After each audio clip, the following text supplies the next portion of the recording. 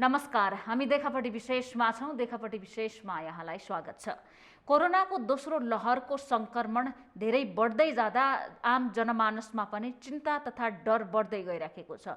केही दिन अघिसम्म खास गरी सरकारले निषेधाज्ञा जारी नगरुन्जेलसम्म, लकडाउन नगरुन्जेलसम्म आम मानिसलाई कोरोना सङ्क्रमण भारतमा मात्रै छ या विश्वका अरू देशमा छ, नेपालमा त्यसको त्यति प्रभाव छैन भन्ने देखिएको थियो, त्यस्तो मनस्थिति देखिएको थियो। तर जब सरकारले परिस्थितिलाई हेरेर निषेधाज्ञा जारी गर्ने निर्णय गर्यो, त्यसपछि आम जनताहरू फेरि त्रसित बनेका छन्। तर तुलनात्मक रूपमा हिजो हामी सडकमा खुल्लेआम घुम्दा, हिजो हामीले भिडभाड गर्ने जुन अवस्था थियो, त्योभन्दा अहिले निषेधाज्ञाको समयमा सुरक्षित छौँ। तर डर किन बढिरहेको छ त?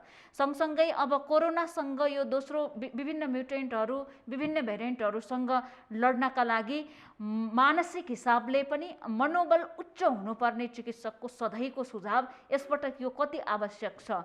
हामी भारत लगायतका विभिन्न देशहरूको भयावह अवस्था देखेर जुन रूपले त्रसित बनेका छौँ र आफ्नै वरिपरि आफन्त, आफ्नो छिमेकी, आफ्नो चिनजानको व्यक्तिले कोरोनाबाट ज्यान गुमाएको देखिरहँदाखेरि हाम्रो मनमा जुन प्रकारले त्रास देखिँदैछ, त्यसले कहीँ कतै हाम्रो कोरोनासँगको लडाइँमा असर पार्ने त होइन। त्यसकारणले हामीले कोरोना अर्थात् कुनै पनि रोगसँग लड्नका लागि आफ्नो मानसिक स्वास्थ्यलाई ठिक कसरी राख्न सकिन्छ, हामी यिनै विषयमा कुराकानी गर्नेछौँ। र साथसाथै मानिसमा कस्तो प्रकारको डर देखिएको छ र त्यो डरबाट मुक्त रही सन्तुलित जीवन जिउन र रोगहरूसँग लड्न, अहिलेको समयमा कोरोनासँग लड्नका लागि हाम्रो मानसिक स्वास्थ्य कति महत्त्वपूर्ण छ, यो विषयमा कुराकानी गर्न मनोरोग विशेषज्ञ डाक्टर प्रदीप पाण्डे हाम्रो स्टुडियोमा निम्ति आएका छौँ।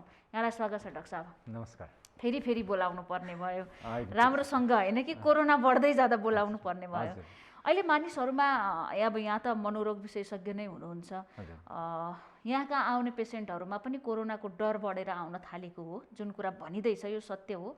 यो एकदमै सत्य हो। अहिले चाहिँ योभन्दा पहिलाको भन्दा अहिले यसपालि यो लकडाउनभन्दा अगाडि, अब अहिले त लकडाउनले गर्दाखेरि नम्बर अफ पेसेन्ट्सहरू आउन नै अलिकति गाह्रो भइरहेछ। तर ठ्याक्क त्यो लकडाउनको अघितिरको 1 विकको ड्युरेसनमा चाहिँ करिब पुरानो पेसेन्टहरू आउने कुरा, रिल्याप्स भएर फर्किने त छँदै नै थियो।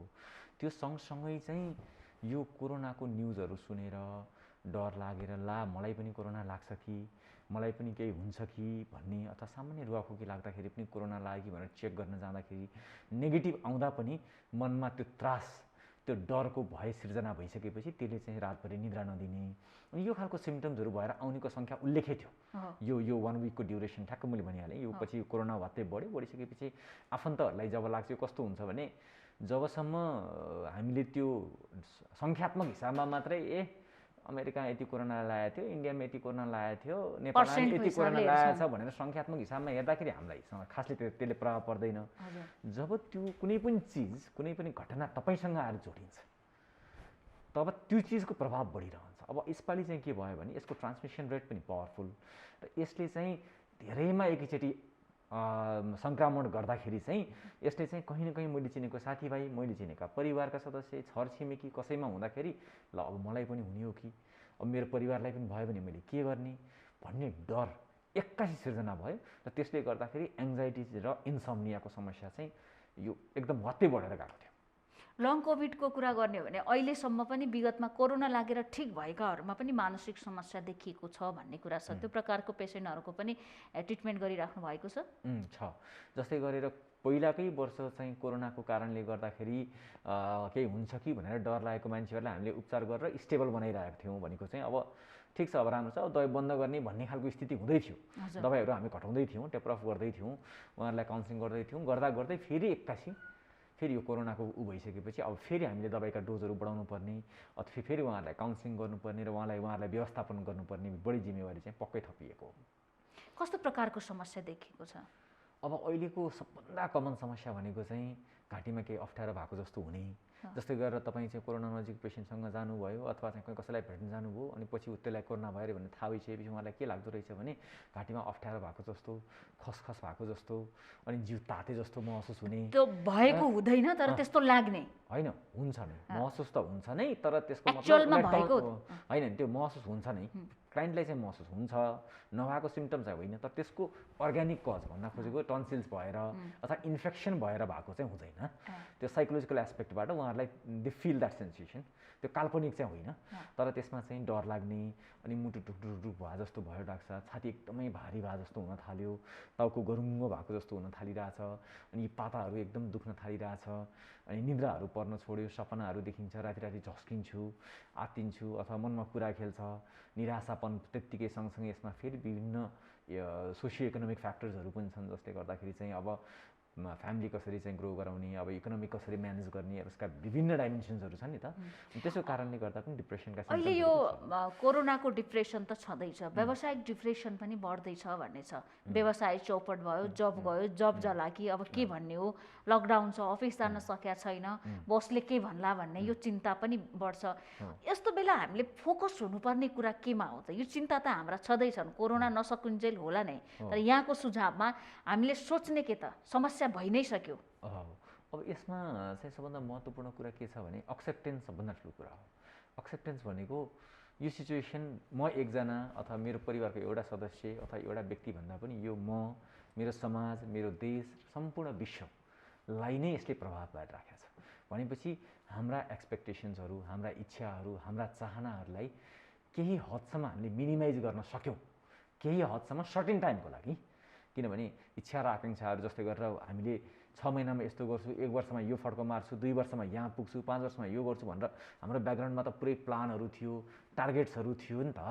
अब त्यो टार्गेट्स प्लान्सहरू त मिट नहुने देखियो नि त। अब त्यो नदेखिने बित्तिकै जब सफरिङको कारण, पेनको कारण भनेकै के हो भने जब मैले चाहेका इच्छाहरू, एक्सपेक्टेसन्सहरू मिट हुँदैन, तब म सफरिङमा जान्छु, पेनमा जान्छु। अथवा जब मलाई रमाइलो महसुस गराउने अथवा प्लेजर महसुस गराउने चिजहरू गुम्छ।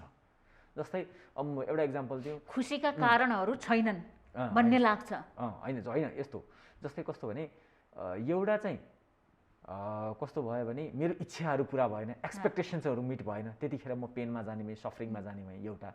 दोस्रो चाहिँ जुन कारणले मलाई खुसी दिन्छ ती कारणहरू मेरो जीवनबाट गुमेँ।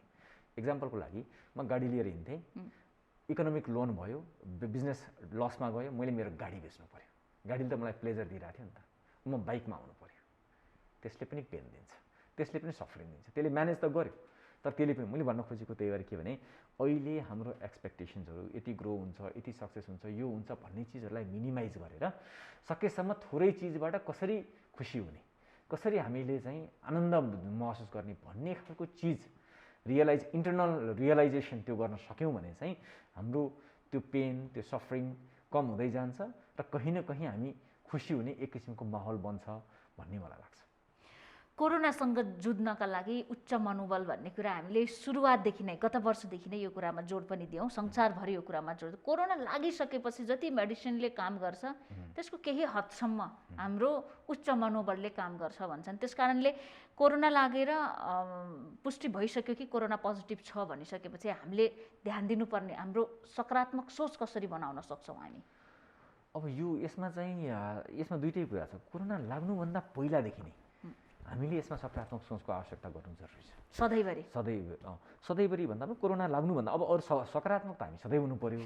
अहिलेको परिस्थितिमा चाहिँ के भइरहेछ भने मैले पहिला पनि एकचोटि भनेको थिएँ कि हामीले बुझ्नुपर्ने कुरा के छ भने हाम्रो मनमा जुन विचार बन्छ नि, त्यो विचार भनेको चाहिँ मेरो वरिपरिको वातावरणले, मैले पढ्ने किताबले, मेरा वरिपरिका साथीभाइका शब्दहरूले, मैले हेर्ने इन्टरनेटमा हेर्ने भिडियोहरूले, इन्फर्मेसन्सले चाहिँ मेरो शरीर, मेरो ब्रेनमा मेमोरी बनाउँछ र तिनै मेमोरीहरूबाट चाहिँ मेरो चाहिँ के भन्छ विचारहरू बन्छ। भनेपछि मैले कस्तो इन्फर्मेसन लिइराखेको छु भन्ने कुरासँग मेरो सकारात्मक सोच र नकारात्मक सोच चाहिँ निर्धारित हुन्छ। अहिले हाम्रो समस्या के भइरहेछ भने इन्टरनेटमा गएर अब फेरि हाम्रो दिनभरि लकडाउन भयो, काम छैन, अनि घरमै बसिराख्नु परेको छ।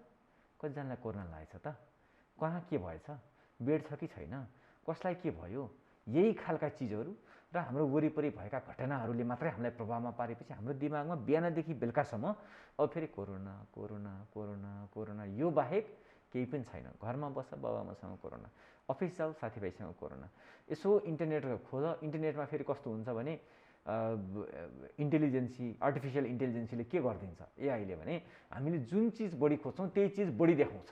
रोएको बढी हेर्ने हो कि होइन, जस्तै धेरै शब्द लागेको बढी हेर्ने हो। प्रोग्राम हेरौँ, जस्तै मलाई कपिलको प्रोग्राम मनपर्छ, मैले कपिलको प्रोग्राम एकचोटि युट्युबमा खोजेँ भने पछि उसले आफै कपिलको प्रोग्रामहरू आएपछि देखाइदिन्छ, युट्युबले पनि देखाइदिइरहन्छ। अथवा जस्तै गरेर हामीले कोरोना सम्बन्धी कुनै एउटा चाहिँ नराम्रो नेगेटिभ न्युज नराम्रो न्युज हेऱ्यौँ भने युट्युबमा फेरि त्यस्तै समाचारहरू कोरोना सम्बन्धीकै न्युजहरू चाहिँ आइरहन्छ होइन।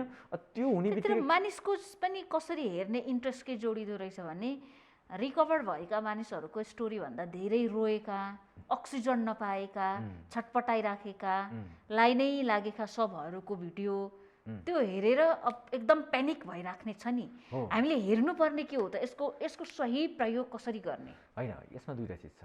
हाम्रो मिडियाको पनि कहीँ न कहीँ मिडियाले पनि हामीले हेऱ्यौँ भने सकारात्मक न्युजभन्दा नकारात्मक न्युजहरूको एक हदसम्म त्यो न्युजहरू जस्तै गरेर कस्तो हुन्छ भने तपाईँले कुनै उसमा न्युजमा हेर्नुभयो कुनै पनि उसमा भने यतिजना मान्छे चाहिँ कोरोनाबाट बचे भन्दा पनि 10 जना मरे भनेपछि चाहिँ त्यो चर्चित भयो कि त्यो न्युज सेलेबल भयो, त्यो चाहिँ बिक्री भयो। त्यो न्युज चाहिँ अब तपाईँको जुनसुकै यो कुनै एउटा मिडियाको कुरा होइन, त्यो मिडिया बिक्रीमा भयो, त्यो एकदमै राम्रो चल्ने भयो, त्यसले टिआरपी बढ्ने भयो, बुझ्नुभयो। भनेपछि त्यो इन्फर्मेसनले चाहिँ नेगेटिभ न्युजले चाहिँ मान्छेलाई तान्ने भयो पोजिटिभ न्युजले भन्दा। जस्तै अहिले चाहिँ यो एउटा अस्पतालमा चाहिँ एकदमै गाह्रो भएको बिरामीलाई डक्टरले अपरेसन गरेर 4 घन्टा अपरेसन गरेर बचाउनु भयो भन्नुभन्दा पनि अहिले चाहिँ अक्सिजन नपाएर चाहिँ अस्पतालमै बाहिर बसेर चाहिँ अक्सिजन लगाएर बिरामीहरू बसिराखेका छन् भनेपछि त्यसको बिक्री अब कहाँ पुग्यो त्यो नेगेटिभ न्युज भयो। एउटा भने एकातिर नेगेटिभ हुन त त्यो इन्फर्मेसन त हो, त्यो जरुरी पनि छ, त्यो आवश्यक पनि छ, तर त्यसको साइकोलोजिकल इम्प्याक्ट कति पर्यो त? मैले भन्न खोजेको त्यो इन्फर्मेसन दिनु हुँदैन भनेको होइन, तर त्यो हामीले नेगेटिभ इन्फर्मेसन दिँदै गर्दाखेरि चाहिँ मिडियाले पनि त्यस्तै खालको न्युट्रलाइज गर्नलाई अर्को कोरोना सम्बन्धी पोजिटिभ न्युज हालिदिने हो भने चाहिँ सायद त्यो कहीँ न कहीँ ब्यालेन्स हुन्थ्यो कि। जस्तै एउटा पेजमा चाहिँ कोरोना सम्बन्धीको नेगेटिभ न्युज छ भने अर्को पेजमा चाहिँ कोरोना सम्बन्धी सकारात्मक भ्याक्सिन सम्बन्धीका लगाएर स्ट्रङ भएको जस्तै गरेर अहिले सकारात्मक कुराहरू पनि छ। जस्तै मैले अहिले के देखिरहेको छु भने योभन्दा पहिलाको कोरोनामा चाहिँ हाम्रो एउटै अस्पतालमा 50 जना 60 जना 70 जना चाहिँ कोभिड पोजिटिभ स्टाफहरू हुनुहुन्थ्यो।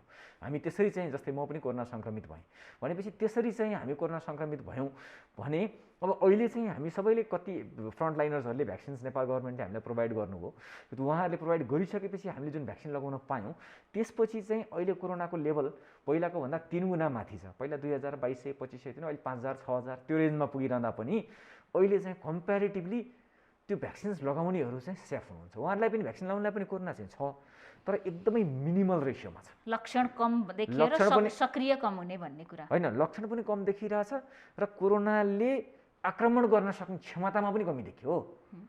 त्यो भने ठुलो कुरा भयो नि, त्यो भने त धेरै ठुलो कुरा, यो त सकारात्मक कुरा भयो नि त। यो त ओहो हामीले यसरी अहिलेलाई हामीले भ्याक्सिन लगाउनेहरू कोरोना सङ्क्रमित भइसकेपछि धेरै गम्भीर अवस्थामा कमसेकम पुग्दैनन् है यो भ्याक्सिनका कारण भन्ने कुरा बुझ्न जरुरी छ। एकदमै जरुरी छ र यो सकारात्मक कुरा हो कि हामीसँग योभन्दा पहिलाको वर्षमा चाहिँ थिएन, कोरोना मात्रै थियो, डर मात्रै थियो। अहिले त हामीसँग कोरोना सँगसँगै विभिन्न कन्ट्रीको भ्याक्सिन्सहरू छ होइन। जस्तै हामीलाई अहिले कोभिसिल्ड भनेर इन्डियाको भ्याक्सिन्स आयो, अहिले चाइनाको भेरोसिल्ड भनेर भ्याक्सिन्सहरू आयो, अब कता कता म रसियाको भ्याक्सिन स्पुटनिक 5 पनि आउने कि भन्ने कुरा पनि सुन्दैछु। भनेपछि यसमा नेपाल सरकारले यसको प्रोसेसलाई छिटो गरिदिन सक्ने हो भने यो लकडाउन गर्दै जाने र लकडाउन गर्दै जाँदाखेरि यो भ्याक्सिनेसनको प्रोसेसलाई बढाइदिने हो भने त सुरक्षाको रेट त बढ्ने जस्तो सम्भावना देखियो नि त। एकदमै यो यहाँले जस्तो एउटा हाम्रो पुर्खाहरूको भनाइ के छ ठ्याक्कै याद आयो मलाई, अनिकालमा बिउ जोगाउनु हुलमुलमा ज्यान जोगाउनु भन्ने। यो हुलमुलमा त्यो भ्याक्सिनसम्म नपुगिन्जेलसम्म, यसको अझै एडभान्स औषधिसम्म नपुगिन्जेलसम्म हामीले ज्यान कसरी जोगाउन सक्छौँ त? यहाँ अब फ्रन्टलाइनर अस्पतालमा काम गरिराख्नु भएको डे टु डे पेसेन्टसँग जोडिनु भएको चिकित्सकको हिसाबले अस्पतालको वास्तविकता के छ र हामीले के गरेको खण्डमा ज्यान जोगाउन सजिलो छ यो भनिदिनुहोस् न। अब अहिले अस्पतालहरूमा चाहिँ अलिकति के छ भने हामीसँग बेडहरूको कमी भइरहेछ।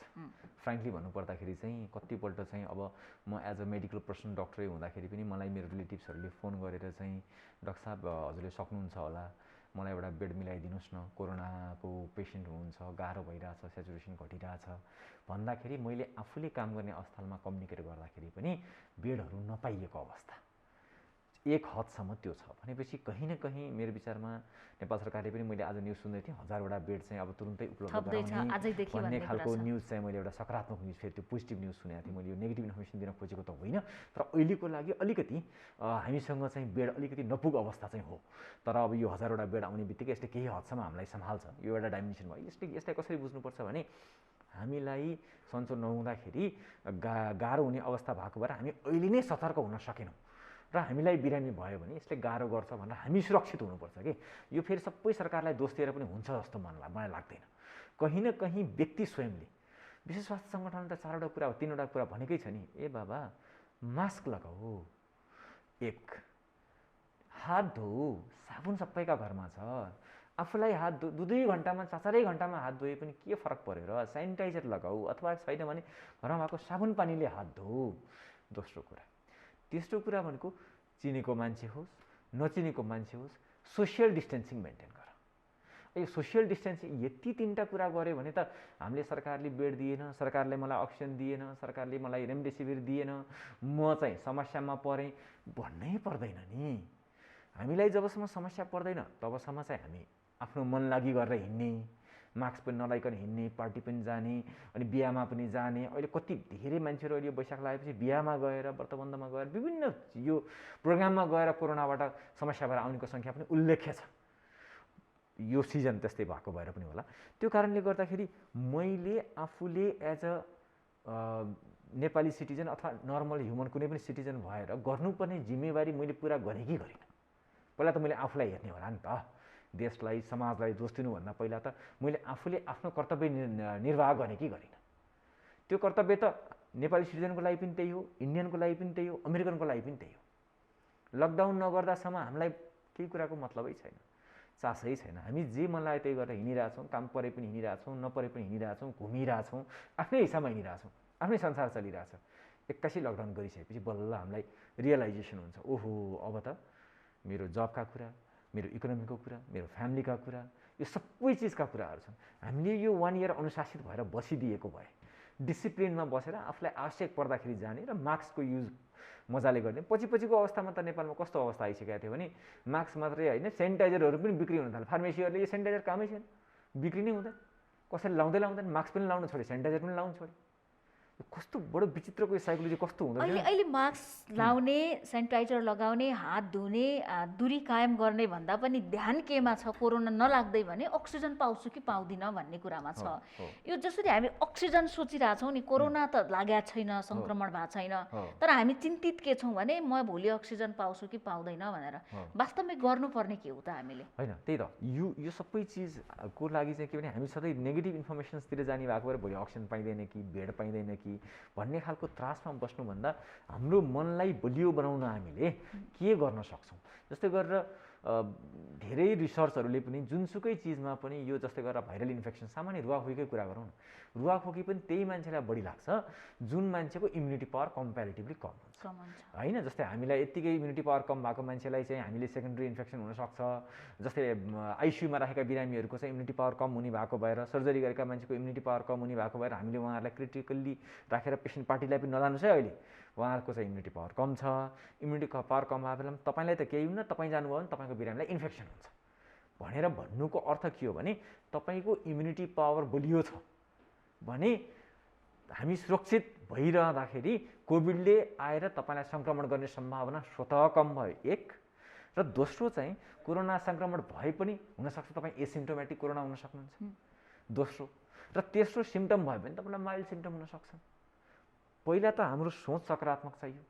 हाम्रो चाहिँ रोगसँग लड्न सक्ने प्रतिरोधात्मक क्षमता वृद्धि गर्नको लागि मैले के गरिरहेको छु त, बिहानदेखि बेलुकासम्म म बेड पाउँदिनँ कि, मेरो घरका मान्छेलाई केही हुन्छ कि, मलाई के, यसले त के भयो भने यो नेगेटिभ एनर्जी भयो। नेगेटिभ कुराले तपाईँको एनर्जी डिप्लिट गर्छ। यसले रोगसँग लड्नलाई मान्छेलाई कमजोर बनाउँछ। पक्कै पनि यसले प्रतिरोधात्मक क्षमतालाई घटाइदिने भयो। प्रतिरोधात्मक क्षमता घटाउने बित्तिकै तपाईँको मल्टिपल चिज हुन्छ। तपाईँको स्ट्रेस हुने बित्तिकै तपाईँको सुगर बढ्छ, तपाईँको प्रेसर्स बढ्छ, तपाईँको घरमा इन्एक्टिभ भएर बसेपछि तपाईँको कोलेस्ट्रोल्स बढ्छ। अनि त्यो बिचमा तपाईँलाई चाहिँ निद्रा नलागेर मन डराएर आत्तिएको बेलामा अब कोरोनाले सङ्क्रमण गर्यो। एक्जाम्पल गरौँ न, एउटा मान्छे यस्तो छ, अर्को मान्छे छ उसलाई पनि सुगर छ, प्रेसर छ, तर ऊ रेगुलर रूपमा मर्निङ वक गर्छ, एक्सर्साइज गर्छ, योगा गर्छ, उसको सुगर पनि कन्ट्रोल छ, प्रेसर पनि कन्ट्रोल छ, एकदम सकारात्मक छ, ऊ योगा मेडिटेसन गर्छ, आफूलाई बलियो बनाएर राखेको छ। अब उसलाई कोरोनाले सङ्क्रमण गर्यो, यता उसलाई कोरोनाले सङ्क्रमण, उसको त रोगसँग लड्न सक्ने लाग्दा पनि क्षमता पक्कै पनि वृद्धि हुने भयो नि। उसको लाइफस्टाइल त्यस्तो छ, उसको जीवनशैली त्यस्तो छ भनेपछि हामीले मुख्य कुरा जहिले पनि जान्नुपर्ने कुरा भनेको हाम्रो ऊ भने शरीर र मन हो। शरीरलाई बलियो बनाउनलाई मैले के गरिरहेको छु, मनलाई बलियो बनाउनलाई मैले के गरिरहेको छु, यो दुईवटा चिजमा हामीले रेगुलर रूपमा ध्यान दियौँ, निद्रा राम्रो बनायौँ, खानपिनमा हामीले पौष्टिक आहार प्रशस्त मात्रामा खायौँ र प्रशस्त मात्रामा हामीले आराम गऱ्यौँ भने हामीले यो चिजमा सहजसँग लडेर हामी अगाडि बढ्न सक्छौँ। मानिलियो कोरोना भइसक्यो कसैलाई, त्यसपछि उसको दिमागमा एउटै कुरा धेरै पटक के आउँछ हो कि हामीले कोरोना सङ्क्रमित भएर निको भएकाहरूसँग कुरा गर्दा पनि म मृत्युको नजिक हो कि भन्ने ख्याल आउँछ उसको मनमा। उसले सोच्नुपर्ने चाहिँ के हुनसक्छ त्यो कोरोनामाथि विजय गर्नको लागि? अब यस्तो हो, मैले अहिले भने जस्तै अब कोरोना लगाइसकेपछि त सबभन्दा पहिला एक्सेप्ट गर्नु पऱ्यो, मलाई कोभिड लाग्यो, स्वीकार गर्नु पर्यो, त्यो एक्सेप्टेन्स स्वीकार गर्नै पर्छ। यो यसमा त कुनै यो झुक्क्याउने भ्रम भन्ने के पनि छैन। तर कुरा के हो भने मान्छेसँग कोरोना भन्ने बित्तिकै मृत्यु जोडिया छ होइन, त्यही कारणले गर्दाखेरि हो। तर रिसर्चले डाटाले त त्यो भन्दैन सबै मान्छे मर्छन् कोरोना लाग्ने बित्तिकै त भन्दैन होइन। यो क्यान्सर जो हुन्छ नि मेलिग्नेन्सीमा कुनै कुनैमा त के हुन्छ भने यो रोग लागेपछि कन्फर्म 3 मन्थ्समा 6 मन्थ्समा डक्टरले कतिले डिक्लेयरै गरिदिनुहुन्छ, कतिले भनि नै दिनुहुन्छ। यो त्यो खालको अवस्था त होइन नि त। पहिला पनि त लाखौँ मान्छेलाई कोरोना लगाएर सन्चो भएर निस्केका उदाहरण छन्, अहिले पनि लाखौँ मान्छेलाई राम्रो भएर छन्। इन्डियामा 3 लाख 4 लाख मान्छेलाई कोरोना लाग्यो भन्दाखेरि अब पहिला त रिकभरी रेट कम थियो, अहिले उस्तै आइरहेछ। हेर्नुहोस् इन्डियामा रिकभरी रेट पनि त्यही स्पिडमा बढिरहेछ, जुन स्पिडमा कोरोना बढिरहेछ त्यही स्पिडमा रिकभरी रेट पनि बढिरहेछ। फेरि उनीहरू लड्न सक्ने क्षमता उनीहरूले वृद्धि गरिसके। मर्नेको भन्दा बाँच्नेको सङ्ख्या अत्याधिक छ त हामीले सोच्ने के त कोरोना भयो सोच्ने के? अब सोच्ने त के हो भने अब सबभन्दा पहिलो कुरा म आफूलाई बलियो बनाउँछु, आफूलाई स्वस्थ राख्छु र कोरोनासँग लड्नको लागि मैले नेगेटिभ खालि त्यो डेथको बारेमा सोच्नु भएन कि, राम्रा कुराहरू सोच्नु पऱ्यो, सकारात्मक कुरा सोच्नु पऱ्यो। जस्तै गरेर खालि तपाईँले कोरोनासँग मात्रै इन्फर्मेसन लिएर त्यही जस्तै अब घरमा बसेर पनि कोरोनाको बारेमा यति मरेछन् उति मरेछन् भनेर कोरोना लगाएको मान्छेले त्यही न्युज मात्रै हेऱ्यो भने त उसलाई त उसको त त्यो दिमागबाट हट्ने भएन नि, मनोबल कमजोर भयो। दिमागबाट हट्नलाई त्यो इन्फर्मेसनबाट कोरोना सम्बन्धी सकारात्मक इन्फर्मेसन के छ त्यतातिर ध्यान दिनु पऱ्यो, नकारात्मक इन्फर्मेसन्सलाई एकातिर राख्नु पऱ्यो, पोजिटिभ इन्फर्मेसन्सलाई ध्यान दिँदै आफूले कोभिडसँग लड्नको लागि के कसो गर्न सकिन्छ। अहिले त युट्युब्सहरूमा मिडियाहरूमा प्रशस्त मात्रामा इन्फर्मेसन्सहरू आइरहेछ, कोप्टो परेर सुत्ने हो कि। दुईटैको असर छ नि, एकछिन के गर्ने भन्नेमा फेरि जोडौँला। दुईटैको असर, नकारात्मक सोच्ने दुईजना पेसेन्ट हुनुहुन्छ, एउटाले खालि मान्छे मरेको हेर्दै हुनुहुन्छ, अक्सिजन छैन हेर्दै हुनुहुन्छ, बेड पाउँदिन, भेन्टिलेटर छैन, अर्कोले म बाँच्छु कि भनेर। यो दुईटा बिचको रिकभरी रेट या छिटो हुने कुरा के फरक हुन जान्छ त? होइन अब सकारात्मक होइन, सोचले त तपाईँको एकदम तपाईँको मनोबल उच्च हुने बित्तिकै तपाईँले आफूलाई मेन्टेन गर्न सक्ने हुनुभयो। पौष्टिक आहार पनि जस्तै खान मन लागेको छैन, भोक लागेको छैन पनि मलाई चाहिँ स्वस्थ हुनु छ, मलाई बलियो हुनु छ भने कसैले घचघच्याइरहनु परेन। तर मलाई म मरिहाल्छु कि अब केही छैन यस्तै चाहिँ जे हुन्छ भनेर बस्नु, तपाईँलाई खान पनि मन नलाग्ला, तपाईँ एक्सर्साइज पनि नगर्नु होला, तपाईँ यो केही पनि तर तपाईँको मन सकारात्मक हुने बित्तिकै त रोगसँग लड्न सक्ने प्रतिरोधात्मक क्षमता वृद्धि हुने भयो। वृद्धि हुने बित्तिकै तपाईँको त्यो सिम्टम्सहरू पनि कम हुने भयो, अथवा ज्वरो आउँदा पनि तपाईँ आत्तिनी हुनु भएन। नत्र भने कोही मान्छे आत्यो भने त्यत्तिकै उसको प्रेसर रेज हुन्छ, प्रेसर रेज भएपछि कतिपल्ट एङ्जाइटीमै सास फेर्न गाह्रो भए जस्तो हुन्छ। त्यो सास फेर्न गाह्रो भएपछि मलाई अब अक्सिजन चाहिने हो कि, मलाई एङ्जाइटीले पनि सास फेर्न गाह्रो हुन्छ। कतिपल्ट कोरोना भएको मान्छेहरू चाहिँ सास फेर्न गाह्रो भयो भन्दै जानुहुन्छ, अक्सिजन सेचुरेसन हेर्दा मेन्टेन छ। डक्टर साहबले होइन केही भएको छैन तपाईँलाई, तपाईँ नातिनुहोस्, तपाईँ ढुक्क भएर गर्दैन, तपाईँको त SpO2 मेसिन एउटा लिनुहोस्, SpO2 मेसिन हेरेपछि ठ्याक्कै थाहा छ। होइन डाक्टर साहब कस्तो मलाई स्या भइरहेको छ भनेपछि उहाँहरूले फेरि आत्तिनु पर्दैन, सामान्य एङ्जाइटीको समस्या हो, एक्सर्साइज गर्नुहोस्, योगा गर्नुहोस्, प्राणायाम गर्नुहोस्, नकारात्मक कुरा नलिनुहोस्, इन्फर्मेसन नलिनुहोस्। अर्को एउटा मैले अहिले भर्खरै नजिकबाट के देखेँ भने आफन्तको डेथ भएको छ, घरको अरू पनि कोभिड पोजिटिभ हुनुहुन्छ, तर उहाँहरू अब शोक त पर्यो, एकदमै नजिकको मानिस गुमाएको छ, आफू पनि पोजिटिभ हुनुहुन्छ, हाम्रो धर्म संस्कारले क्रिया अन्तिम संस्कार गर्नुपर्ने हुन्छ। यस्तो बेला चाहिँ हामीले अब ज्यान जोगाउनलाई गर्नुपर्ने, यो त अहिले लगभग धेरैको घरमा यो अवस्था सिर्जना भइरहेको छ होला होइन, कोभिडबाट मर्नेको सङ्ख्या बढीसँगै। त्यस कारणले हामीले ध्यान दिनुपर्ने कुरा के हुनसक्छ त्यो बेला? त्यो चिन्ता कसरी कम, आफन्त गुमाउनुको पीडा एकातिर, आफू पोजिटिभ भएर आफूलाई के हुने हो भन्ने कुरा एकातिर। होइन यस्तो कुनै पनि जस्तै गरेर आफ्नो मान्छे गुमिसकेपछिको पीडा त तुरुन्त जाँदैन। सबभन्दा पहिलो कुरा त त्यो कुरा हो। जस्तै बेरिमेन्ट रियाक्सन्स भन्छौँ हामी। कोही मान्छे गुम्नु, आफ्नो परिवारको सदस्य गुम्नु भनेको यो कोरोना लाग्दा पनि नलाग्दा पनि जुनसुकै परिस्थितिमा पनि यो आफैमा ठुलो पेन हो, ठुलो सफरिङ हो होइन। अब यसमा चाहिँ अब हामीले यत्तिकै चाहिँ खुसी हुनुहोस्, दङ्ग हुनुहोस् भन्दैमा त्यो हुनेवाला छैन। त्यो चाहिँ के हो भने समयले बिस्तारै हिल गर्दै लिएर जान्छ। समय सँगसँगै यो यो यो चिजमा चाहिँ के भने कतिपल्ट चाहिँ हामी सर्टेन चिजमा चाहिँ पेसेन्टहरूलाई पनि पार्टीलाई के भन्छौँ भने उहाँलाई रुन दिनुहोस्। अहिले भर्खर कोही चिज कोही व्यक्ति अथवा कोही आफन्त गुम्नु भएको छ भने उहाँलाई पेन छ, त्यो पेनको लागि चाहिँ अब केही हुँदैन, आत्तिनु पर्दैन भन्नु हुँदैन। त्यो चिज घटेको त घटेकै हो नि त, त्यो सत्य कुरा हो नि त। त्यो त्यसमा काउन्सिलिङ भन्दा पनि पछिल्लोतिरबाट सपोर्ट सिस्टम, उहाँलाई के चाहिन्छ, उहाँको परिवारका सदस्यहरूले उहाँलाई कसरी सहयोग गर्न सक्नुहुन्छ, मन आत्तिएर मन कमजोर भएको बेलामा उहाँलाई कसरी स्ट्रङ गराउन सकिन्छ, त्यो चिजमा ध्यान दिने र रादर देन अब अलिकति काल्पनिक जस्तो गएर भनेर चाहिँ हुँदैन कि। जस्तै गरेर चाहिँ यो के पनि होइन, अब भइहाल्यो छोडिदेऊ भनेर हुँदैन। It will take time. यहाँनिर मैले एउटा क्वेसन के गर्न खोजेँ भने नर्मल डेथ हुँदाखेरि पनि अब हामी के गर्छौँ भने उसको आफन्तलाई गएर झपक्क समात्दिन्छौँ, उसलाई रुन दिँदैनौँ, हलचल गर्न दिँदैनौँ। हाम्रो एकै भनाइ के हुन्छ भने हामी छौँ नरो, जाने गइसक्यो, अब तिमी आफ्नो ध्यान देऊ। कतिपयले के पनि भन्छन् त्यो भिडमा भने एकछिन रुन देऊ पनि भन्छन्। रुन कति जरुरी छ त? होइन, अब रुनु भनेको त हामीले हाम्रो हिसाबबाट हेर्दाखेरि त क्राइङ इज भेरी इसेन्सियल। कतिपल्ट चाहिँ इमोसन्सहरूलाई बाहिर निकाल्ने माध्यम के त? मलाई कुनै शब्द आइरहेको छैन, मेरो मान्छे कोही गुमिसकेपछि म के भनौँ?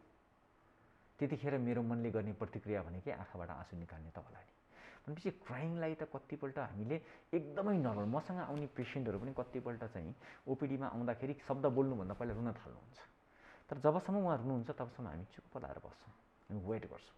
किनभने त्यो पेन, त्यो सफरिङ, त्यो छटपट्टि, त्यो सबै भेन्टिलेट भइरहेछ नि त, त्यो सबै निस्किरहेछ नि त।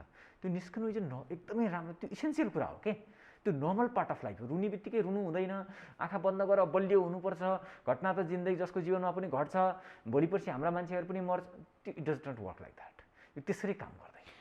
रुन दिनु व्यक्तिको लागि ठिक हो, त्यो पीडा कम हुन्छ, पीडा कम हुन्छ र तपाईँको त्यो स्ट्रेस ऊ राम्रोसँग रुन सक्यो, आफ्नो कुराहरू निकाल्न सक्यो, भेन्टिलेट गर्न सक्यो भने उसलाई लङ रनमा पछिल्लो समयमा गएर पनि डिप्रेसनहरू, एङ्जाइटीहरू हुँदैन।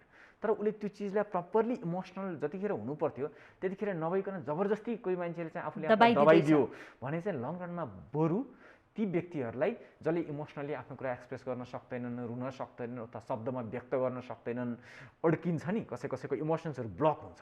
त्यो इमोसन्सहरू ब्लक भयो भने चाहिँ बरु लङ रनमा they can go into depression, they can go into anxiety.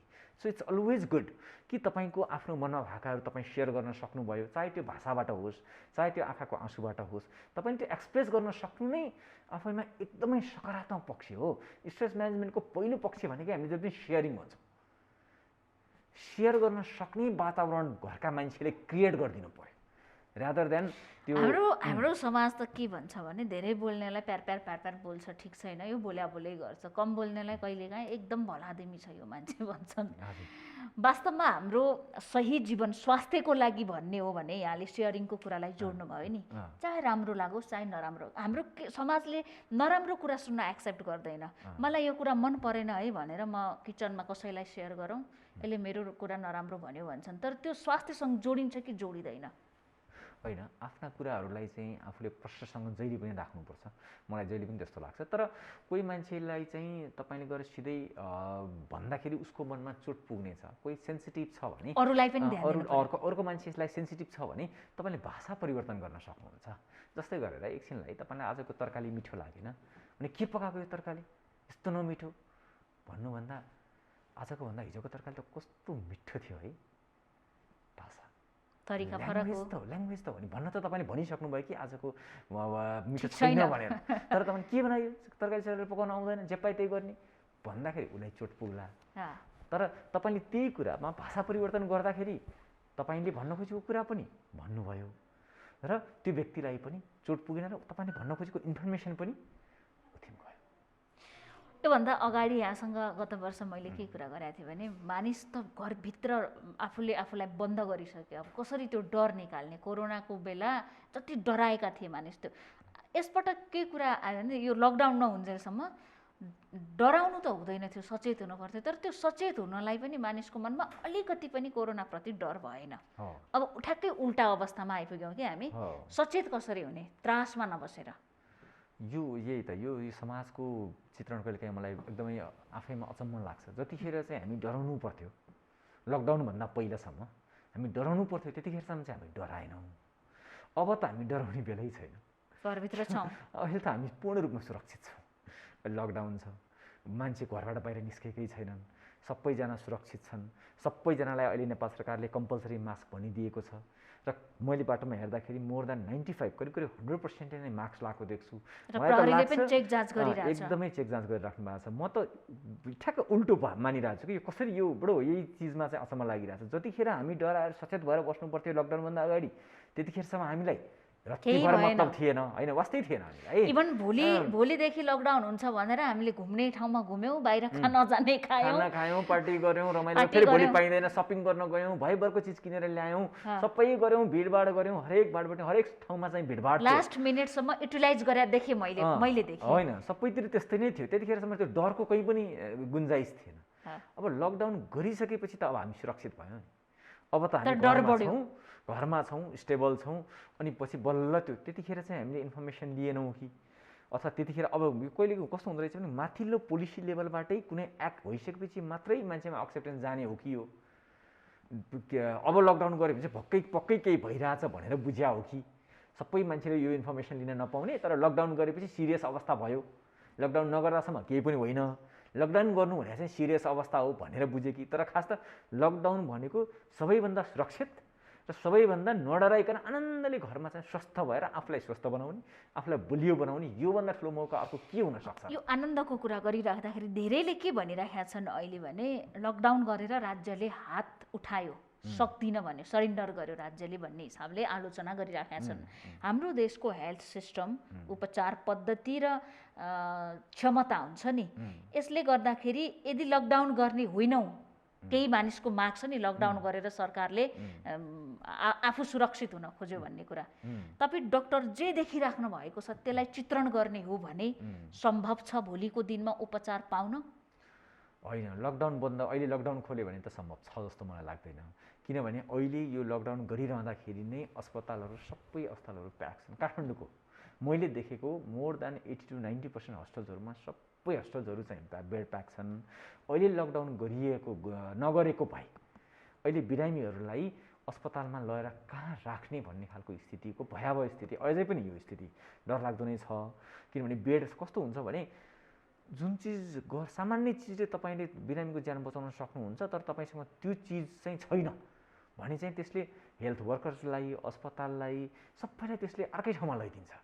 मैले सक्थेँ नि त यो पेसेन्टलाई बचाउन, बेड नभएर बचाउनै नसक्ने पेसेन्ट एउटा पाटो होला, यङ पेसेन्ट छ, अक्सिजन चाहिएको छ, मसँग अक्सिजन छैन, अनि मेरो आँखा अहिलेतिर त्यो व्यक्ति मऱ्यो भने त्यसले त्यो मेडिकल पर्सन, त्यो अस्पताल, त्यो प्रशासन, त्यसलाई कस्तो प्रभाव पर्ला? त्यसले उनीहरूको मनमा पनि कहीँ न कहीँ व्यक्तिको आफन्तलाई पनि प्रभाव पार्छ। त्यसले ओभरअल व्यक्तिको आफन्तलाई त अब त्यसले कति प्रभाव पार्छ, जबकि त्यो सामान्य कुरा हो, होइन हो। यो सामान्य चिजहरू पनि हामीले गर्न नसक्ने स्थिति आउने बेला भइसकेको छ। हुन त नेपाल सरकारसँगको न्युजहरूमा सुन्दाखेरि अक्सिजनको हाम्रो खासै त्यस्तो कमी छैन। मैले आज पनि न्युज सुन्दाखेरि चाहिँ तर बेड कहाँ गएर अक्सिजन लगाउने त? अब हरेक मानिसले घरमै राखेर अक्सिजन राख्न जान्लान्, नजान्लान्, सक्लान्, नसक्लान्, त्यो हुन सक्ला नसक्ला।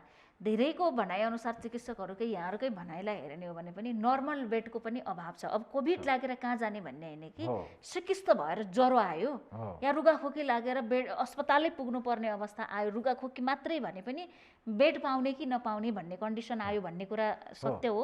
यो एकदम सत्य हो। के भयो भने हामीसँग पहिला कोभिडको बेलामा हामीले अलिअलि व्यवस्थापन गरेका थियौँ। कोभिड पछि चाहिँ हामीले फेरि सबैलाई हामीले नर्मल बनाइदियौँ, कोभिड बेडहरू छुट्याएनौँ। अब अहिले के भयो भने कोभिडको पेसेन्टहरू बढ्दै जानुभयो। बढ्दै गइसकेपछि हामीलाई बाध्यता के भयो भने नन कोभिडलाई हामीले बेड कम गराउँदै गयौँ। त्यही बेड त हामीसँग जति छ त्यति नै छ नि त। 100 बेड थियो, छुट्याएको मात्रै 100 बेड थियो। अब 100 बेडमा पहिला 100 बेडै नन कोभिड थियो, त्यसपछि हामीले 20वटा बेड कोभिडलाई छुट्यायौँ, अनि फेरि अर्को 20वटा थप्यौँ, अनि अर्को 20वटा थप्यौँ, गर्दै कोभिडको बढी भयो। भनेपछि कोभिडको बेडहरू चाहिँ तपाईँको 20बाट 30, 30बाट 40, 40बाट 50 पुग्ने बित्तिकै त यतापट्टि नन कोभिडलाई त 50 मात्रै भयो नि त। अनि अरू सबै रोग लाग्यो, दम भयो, सिओपिडी भयो, हार्ट एट्याक भयो, अरू अरू सामान्य डायरिया भयो, ज्वरो आयो, उहाँलाई कहाँ राख्ने? त्यो त पक्कै पनि कम्प्रोमाइज भयो नि त इन्स्टिच्युट त। पुरै नन कोभिड राखिरहेको ठाउँमा राखेकोमा 50-60 बेडै तपाईँले मोर देन 50% बेड अकुपेन्सी नै। कोरोनासँग डराउने होइन कि कोरोनाको पेसेन्ट बढ्दै जाँदा अरू लोकबाट मृत्यु हुनेको सङ्ख्या पनि अस्पताल र उपचारको अभावमा मृत्युदर बढ्न सक्छ भनेर डराउने बेला भयो अब। होइन, त्यो डर त अब पक्कै पनि बेड नभइसकेपछि त तपाईँलाई के हुन्छ भने अरू समस्यालाई पनि तपाईँ कहाँ लगेर ट्रिट गर्ने त? मर्ने नमर्ने भन्दा पनि उपचार त गर्नु पऱ्यो नि त। उपचार गर्नलाई त फेरि हामीलाई डक्टर चाहियो, फेरि हामीलाई मेडिकल हेल्थ सेक्टर सबै चाहियो, त्यसमा बेडहरू चाहियो। किनभने दमैमा पनि त सिओपिडी भन्ने सामान्य एउटा दमको समस्यामा पनि त अक्सिजन चाहिन्छ। त्यो कोरोना नलागेको होला उहाँलाई, तर उहाँलाई पनि अक्सिजन चाहिन्छ। अरू छातीका निमोनियाहरू हुनसक्छ, हार्टका समस्या, पेटका समस्या, टाउकोदेखि खुट्टासम्म कति समस्याहरू छ। त्यो सम्पूर्ण समस्याका बिरामीहरूलाई सर्जरी गर्नु पर्ला, विभिन्न सर्जरीहरू भइरहेको हुन्छ। कोरोना नआउँदासम्म ती 100 बेड सबै नन कोभिडकै लागि थिए। नन कोभिडकै लागि थिए। र फेरि एउटा अस्पतालको कुरा होइन नि त, यो त पुरै देशभरिको काठमाडौँ अथवा पुरै देशभरिको अस्पतालका कुराहरू हुन्। भनेपछि अब गर्ने के त? हामीसँग त अप्सन भएन नि त। अब तुरुन्तै त्यो म्यान पावर पनि हामीलाई बढाउने कहाँबाट? अनि यो डक्टर्सहरू कहाँबाट खोज्ने, स्टाफ नर्स कहाँबाट खोज्ने? भर्खरै ती सबै चिजहरूको व्यवस्थापन। आजै समाचार आइरहेको छ नेपालगञ्जमा चिकित्सकको अभाव भएर जुम्लाबाट कि हुम्लाबाट माथिबाट आउँदैछन् अरू जिल्लाबाट भनेर। अब कतिपय चिकित्सक हामीले फोटोमा पनि के देख्यौँ बाँके बर्दियातिर भने आफै सङ्क्रमित भएको, आफै उपचार गर्नुपर्ने, आफ्नो स्वास्थ्य अवस्था कमजोर छ, कमजोर पेसेन्टलाई हेर्नुपर्ने, यहाँहरूको पनि ठुलो लडाइँ भइरहेको छ दोहोरो। यो अवस्था कस्तो छ? होइन, यो अवस्था पनि खास मेडिकल पर्सनको लागि पनि अहिले एकदमै गाह्रो अवस्था हो। कहीँ न कहीँ मेडिकल सम्पूर्ण यो कुनै एउटा डक्टरको मात्र नभएर डक्टर, स्टाफ नर्स अथवा हस्पिटलमा जो जति कार्यरत हुनुहुन्छ मेडिकल पर्सन्सहरूलाई चाहिँ उहाँले डाइरेक्टली कोरोनासँग चाहिँ इम्प्याक्ट पर्ने कामहरू गर्नुपर्ने बाध्यता भएको भएर कहीँ न कहीँ नेपाल गभर्मेन्टले त्यो मोटिभेसन्स, त्यो कहीँ न कहीँ ब्याकग्राउन्डबाट चाहिँ रिइन्फोर्समेन्ट गर्ने काम, सकारात्मक तरङ्ग फालिदिने काम गर्यो भने एक किसिमको माहौल तयार हुन्थ्यो होला। तर त्यो खालको माहौल कति साथीहरूबाट सुन्छु अहिले चाहिँ यस्तो अवस्थामा हामीले काम गर्दाखेरि पनि सरकारले हेरेन, संस्थाले हेरेन, हामीलाई चाहिँ हामी यो खालको क्रिटिकल अवस्थामा हामी रिस्क लिएर पेसेन्ट हेर्दै गर्दाखेरि पनि हामीलाई जुन सुविधाहरू दिनु पर्थ्यो त्यो सुविधाहरू भएन। पहिला कोरोना हुँदाखेरि दिनपर्ने जुन चाहिँ कोरोनाको भत्ताहरू थियो त्यो कति डक्टर्सहरू, कति हस्पिटल्सहरूमा हामीले कसैले पनि पाएनौँ भन्ने खालका न्युजहरू त यथार्थ चलि नै रहेछन् नि। भनेपछि एउटा व्यक्ति चाहिँ आफ्नो जीवनलाई दाउमा राखेर कोरोनासँग लडेर अरूलाई ज्यान बचाउँदैछ र त्यो व्यक्तिलाई नै तपाईँ चाहिँ स्यालेरीहरू दिनुहुन्न, त्यो व्यक्तिलाई नै तपाईँ चाहिँ केही पनि गर्नुहुन्न भने उसको कमजोर मनोबल लिएर उसले बिरामीहरू हेर्दै जाँदा। मैले एउटा प्रश्न के पनि जोड्न खोजेँ भने सामान्य अवस्थामा त हामी क्यान्टिनमा गएर नास्ता खान्थ्यौँ या आफ्नो लगेको टिफिन हामी खोलेर लन्च गर्थ्यौँ, नास्ता गर्थ्यौँ, जे गर्थ्यौँ आफ्नो हिसाबले थियो। अब 16 घन्टा अझ 24 घन्टै ड्युटीमा खटिनु भयो स्वास्थ्यकर्मी भनेर त्यो घरबाट लिएको डिब्बाले पुग्छ कि? डाइट कस्तो दिने त चिकित्सकहरूलाई? अहिले सबभन्दा ठुलो कुरा कोरोना सङ्क्रमित भएकाले यस्तो खानुपर्छ उस्तो खानुपर्छ हामी भनिरहेका छौँ। पिपिईभित्र दिनभरि बसेर कोरोना सङ्क्रमितको उपचार गर्नेलाई खाना कस्तो दिने त? अस्पताल वा घरबाट कसरी म्यानेज हुन सक्छ? यो त अब डक्टर र स्टाफ नर्सलाई अथवा मेडिकल पर्सनललाई चाहिँ संस्थाले अथवा सरकारले डाइट दिने भन्ने त त्यो कल्पनाभन्दा बाहिरको कुरा हो। अहिले त जति काम गरिराखेका छन् त्यो काम गरे अनुसारको पारिश्रमिक र तलब सही टाइममा दिए मात्रै पनि मेरो विचारमा धेरै चिकित्सकहरू, धेरै स्टाफ नर्सहरू, मेडिकल पर्सनल्सहरू, हेल्थ पर्सनल्सहरू, एचएहरू जति पनि हुनुहुन्छ हामीसँग, हाम्रो सबै जति टिम छ त्यो सबै ओभरअल रूपमा खुसी हुनुहुन्थ्यो होला। मेरो विचारमा त त्यो त पछाडिको कुरा भयो। त्यो खानासाना त हामी छोडिदिनु। तपाईँले बिहानदेखि बेलुकासम्म अरूलाई खाना पचाइन्छ भन्ने चिकित्सकले या स्वास्थ्यकर्मीले, नर्सले आफू खाने कि नखाने? होइन, खान त खाने। पेसेन्टलाई गएर भनिरहेको छ हेल्दी डाइट खाउँ, हेल्दी डाइट खाउँ। त आफ्नो अवस्था के छ? सम्बन्धित अस्पतालको प्रशासनले पनि ध्यान दिनुपर्ने हो कि होइन? अहिले होइन, प्रशासनले ध्यान दिनुपर्ने हो। बिचबिचमा उहाँहरूलाई कति समय काम गराउने, कोभिडको लागि कति टाइम काम गराउने, अथवा कति समयपछि उहाँहरू थाक्नुहुन्छ उहाँहरूलाई रेस्टको व्यवस्थापन गर्ने, अथवा पिसिआर कति समयमा टेस्ट गर्ने, क्वारेन्टाइनमै राख्ने हो कि उहाँहरूलाई घर पठाउने हो कि, यो सबै चिजहरूको व्यवस्थापन त गर्नुपर्छ। तर त्यो कस्तो हुन्छ भने यो एकजना व्यक्तिले हरेक संस्थै पछि यी नियमहरू फरक छन्। यो नेपाल गभर्मेन्टबाटै पोलिसी बनेर आएर क्राइसिसमा त सरकारले मोनिटरिङ गर्नुपर्ने हो नि। जस्तो फ्रन्ट लाइनरलाई भनेर गत वर्ष नै 1 वर्ष भइसक्यो सरकारले घोषणा गरेको राहत प्याकेज केही सेवा सुविधा पाउँछ भनेर भनेको थियो। यहाँले पर्सनल्ली भन्नुपर्दा त्यो पाउनुभयो कि पाउनु छैन अहिलेसम्म पाएकै छैन। त्यो यहाँका पाउने साथीहरूले कुरा भएको छ कसैले पनि पाउनु भएको छैन। अब कोहीले कसैले पाउनु भएको छ सरकारी इन्स्टिट्युटमा काम गर्ने भने त्यो छुट्टै कुरा हो। तर हामीले न्युजमै हेर्दाखेरि पनि एउटा हाम्रै डक्टर साथीले चाहिँ माइती घरमा चाहिँ हाम्रो जुन चाहिँ भत्ता त्यो भत्ता चाहिँ कोरोनाको भत्ता खोइ भनेर चाहिँ लामो समयसम्म चाहिँ 1 महिना 1.5 महिनासम्म चाहिँ आफै एक्लै बसेर स्ट्यान्ड लिएर पनि उहाँले चाहिँ लामो समयसम्म चाहिँ सङ्घर्ष गरेर पछि चाहिँ अब सरकारले भत्ता दिने भयो भन्ने खालको कुरा चाहिँ मैले सुनेको हो। तर सबैले भत्ता पाउनु भएन अथवा त्यो चिज चाहिँ छैन। सुरक्षाकर्मीको अस्ति एकजना उच्च ओहदामा बसेको व्यक्तिले के भनिराख्नु भएको थियो भने यो जोखिम भत्ता मागेका पनि छैनौँ पाएका पनि छैनौँ भन्ने कुरा गर्नुभएको रहेछ। यो चिकित्सक डाक्टरहरूलाई पनि त्यस्तै हो। यहाँहरूले डिमान्ड गर्नु पनि भएको छैन पाउनु पनि भएको छैन। दिन्छु भनेर आश्वासन दियो दिएको पनि छैन। मैले भनिहालेँ नि त्यो सबै पछाडिका कुरा हुन्। मैले त सिम्पल के भनेको छु भने तपाईँले ड्युटी गरिरहनु भएको छ रिस्क लिएर भने तपाईँको स्यालेरी टाइममा आएको छ कन्ट्याक्ट अनुसार होइन स्यालेरी क्या स्यालेरी भनेको के भने महिनाभरि काम गरेपछि जुन पैसा आउँछ नि कति संस्थाहरूमा त्यो स्यालेरी पनि आएको छैन। सरकारले त्यति मात्रै बुझ्दियो भने 50% भन्दा बढी ठुलो काम हुन्थ्यो। भत्ता त त्यो समस्या ठुलो रूपमा छ भन्ने हो यहाँको भनाइबाट। इकोनोमिक एकदमै यो मैले फेरि चिकित्सकलाई मात्रै भनेको छैन यो ओभरअल हेल्थ सेक्टरको कुरा गरिरहेको छु। किनभने चिकित्सकले मात्रै काम गर्ने होइन नि त सम्पूर्ण स्वास्थ्यकर्मी सम्पूर्ण टिमले काम गर्ने हो नि त। त्यहाँ त डक्टरले पनि काम गर्ने हो एचएले पनि काम गर्ने हो स्टाफ नर्सले पनि काम गर्ने हो अथवा अटेन्डेन्ट दिदीहरूले पनि काम गर्ने हो गार्ड दाइले पनि काम गर्ने हो। ती सम्पूर्ण व्यक्तिहरू जसको कारणले गर्दा त्यो अस्पताल रन हुन्छ ती सबै व्यक्तिहरूलाई सुरक्षाको प्रत्याभूति गर्नलाई हामी छौँ है। तपाईँहरू ढुक्कसँग काम गर्नुहोस् तपाईँहरू नातिनुहोस्। जस्तै गरेर अब एउटा कोरोनाको डक्टर के अरे अस्पतालमा बिरामी गर्नु के अरे उपचार गरिरहनु भएको छ डक्टरले अथवा उपचार गरिरहनु भएको छ उस्तै पऱ्यो भने उहाँकै लागि बेड नहुन सक्छ। यस्तो पनि देखियो कि एउटा अस्पतालमा काम गरिराख्नु भएको छ काम गर्दै चाहिँ उहाँलाई कोरोना लाग्यो बेडै नभएर उहाँले त्यो अस्पतालमा नगएर अर्को कुनै अस्पतालमा गएर भर्ना हुनु पर्यो। यो त टिचिङ अस्पतालमा 40 वर्षदेखि काम गर्नेले बेड नपाएर मृत्यु भयो भनेर हामीले केही महिना अघि समाचार भनेपछि यो हामीले कसरी गइरहेछौँ हामीले कसरी हेरिरहेछौँ त्यसरी काम गरिरहेका व्यक्तिहरूको लागि सर्टेन बेड। मेरो प्रश्नको आशय के थियो भने जो युद्ध स्तरमा काम गर्नुपर्ने स्वास्थ्य कर्मीहरू हुनुहुन्छ यहाँहरूको मनोबल यहाँ त मनोरोग विशेषज्ञ हो नि यहाँहरूकै स्वयं मनोबल बलियो हुन जरुरी छ कि छैन। यदि भोलिको दिनमा ठुलो सङ्ख्यामा स्वास्थ्य कर्मी नै सङ्क्रमित भइदिए उहाँहरू उपचार गर्न क्यापेबल हुनु भएन स्वास्थ्यको कारणले भने अनि बेड मात्रै अक्सिजन मात्रै भएर अस्पताल मात्रै भएर के गर्ने यो परिस्थिति आउला कि नआउला? अब त्यो भन्न सकिन्न। यो आउनु पनि सक्छ किन आउनु पनि सक्छ तर हामीले कति धेरै फ्रन्ट लाइनर्सहरूले 1 लेभलसम्म भ्याक्सिन लगाइसक्नु भएको छ। त्यसको एउटा सुरक्षाको एउटा त्यो बाटो छ तैपनि कोरोना भ्याक्सिन लगाएकालाई पनि कोरोना फेरि लागेको अवस्था पनि छ। तर तपाईँले भने जस्तै गरेर यो प्रश्न के हो भने मसँग कति कन्सल्ट्यान्टहरू आफै आएर होइन आजकल मलाई अलिअलि डर लाग्न थाले जस्तो भइरहेछ मन आत्तिरहेछ कोरोना लागेको छैन कोरोनै लाग्नुपर्छ भन्ने छैन नि त। अब इकोनोमिक प्रब्लम्सहरू आउँछ अब त्यसपछि गएर विभिन्न घरैसी समस्याहरू आउँछ। आफू घर जाँदाखेरि कोरोना बिरामी हेरेर घर जाँदाखेरि केटाकेटीलाई लाग्छ कि जाने कि नजाने अथवा चाहिँ छुट्टै बस्ने कि परिवारसँग कति दिनसम्म छुट्टिने यसका त यावत कुराहरू छ नि त। अनि त्यो डराइ जाने कि नजाने यो सम्पूर्ण चिज फेरि आफूलाई कोरोना आफ्नो स्वास्थ्यप्रतिको चिन्ता पनि रह्यो आफ्नो स्वास्थ्य सँगसँगै बिरामीको स्वास्थ्यप्रतिको चिन्ता पनि रह्यो र त्यो सँगसँगै मैले मेरो परिवारमा गएर सङ्क्रमण गराइदिएँ भन्ने चिन्ता पनि रह्यो। तर त्यसको पछिल्तिर तपाईँसँग इकोनोमिक प्रब्लम पनि चलिरहेछ। यो सबै चारैतिरबाट तपाईँ घेरिनु भएको छ र तपाईँ यही कमजोर मनस्थिति लिएर तपाईँको बिरामीलाई हेर्न जानुपर्छ। अनि जसले त्यो बिरामीको उपचारमा प्रभाव नपार्ला।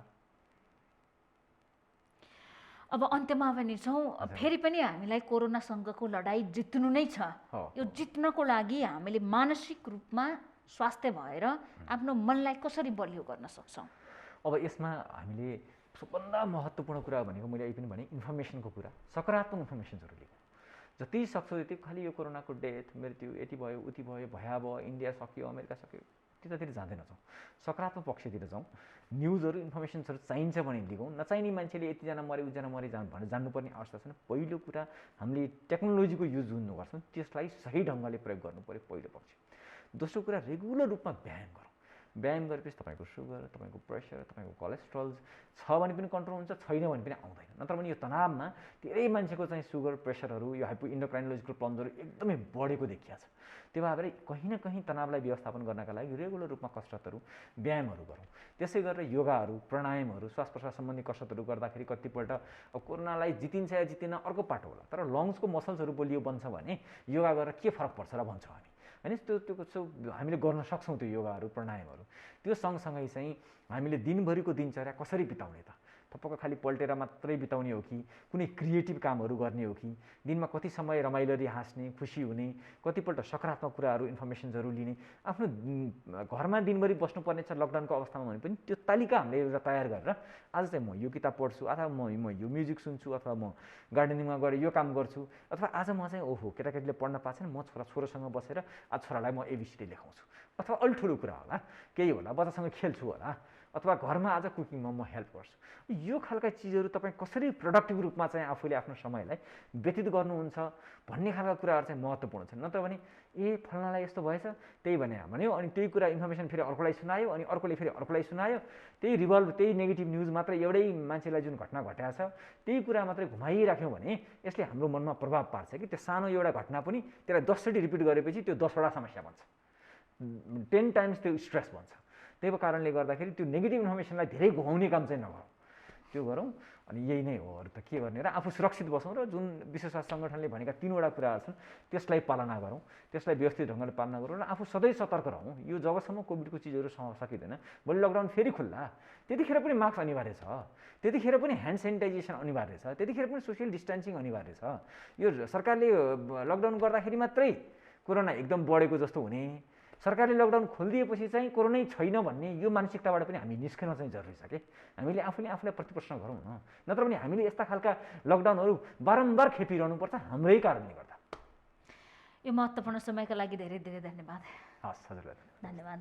हामी देखापट्टि विशेषमा थियौँ, कुराकानी गरिरहेका थियौँ मनोरोग विशेषज्ञ डाक्टर प्रदीप पाण्डेसँग। खास गरी कोरोनाको दोस्रो लहर बढेसँगै, कोरोना सङ्क्रमितहरूको सङ्ख्या बढेसँगै अब म जोखिममा गएँ कि भनेर डराउनेहरूको, चिकित्सक कहाँ पुग्नेहरूको सङ्ख्या पनि बढ्दो छ र खास गरी घरमै बसेर पनि कोरोनालाई मृत्युसँग जोडेर मानसिक रूपमा अस्तव्यस्त भएर बसिराखेकाहरूका लागि आज हामीले डाक्टर पाण्डेसँग तनावलाई कसरी व्यवस्थापन गर्न सकिन्छ र कोरोना सङ्क्रमित भइहाल्यो भने पनि हामीले कोरोनासँगको लडाइँका लागि मानसिक रूपमा कसरी स्वस्थ हुन सक्छौँ भन्ने विषयमा विशेष गरी केन्द्रित रहेर देखापट्टि विशेषमा कुराकानी गऱ्यौँ।